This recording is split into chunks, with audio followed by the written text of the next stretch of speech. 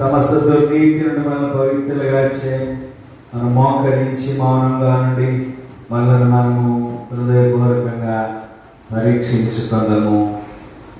సర్వశక్తి గల దేవుని యొక్క మన పాపములను అందరం కలిసి వినయముతో ఒప్పుకుందాము. సర్వశక్తియు మిక్కిలి కనికరముగల తండ్రి, తప్పిపోయిన గొర్రెలని మార్గములు తప్పి తిరిగితిమి, మా హృదయముల ఆలోచన ఆశలకి అనుసరించితిమి, మీ పరిశుద్ధమైన ఆజ్ఞ మీరితిమి, మేము చేయవలసిన చేయరాని చేస్తుమి. మాలో క్షేమమేమీ లేదు. అయిన మా ప్రభు అయిన క్రీస్తు యేసు ద్వారా నీ మనుషులకు తెలియజేసిన వాగ్దానం ప్రకారం ఓ ప్రభువా, పాప పీడితులమైన కరుణింపు.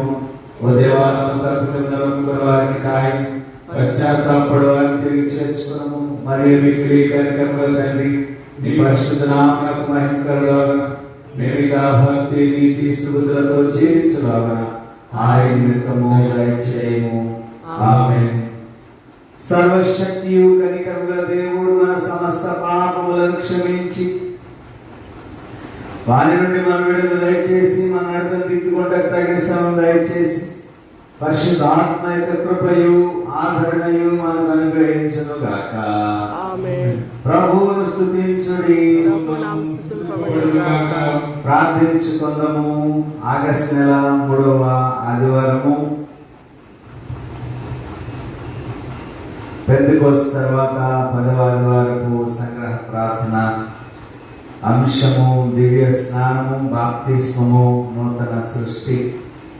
సర్వశక్తి గల దేవ, బాప్తిస్మము సంస్కారం ద్వారా యేసుక్రీస్తు మరణము మరియు పునరుద్ధానములో పాలువారమగుటను బట్టి నీ విమోచన శక్తితో నూతన సృష్టిగా చేయబడినందుకు నీకు మా కృతజ్ఞతా స్తోత్రములు చెల్లించున్నాం.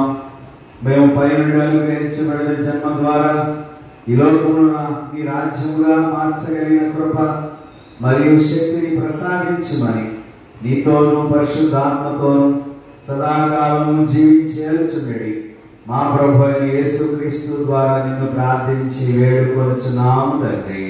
ఆమేన్. మనమందరము లేచి నిలబడి ఉండగా ఈ దినమునకు ఏర్పాటు చేయబడిన 25వ దావీదు కీర్తన ఉత్తర ప్రత్యుత్తరముగా ఈ సమయంలో చదువు.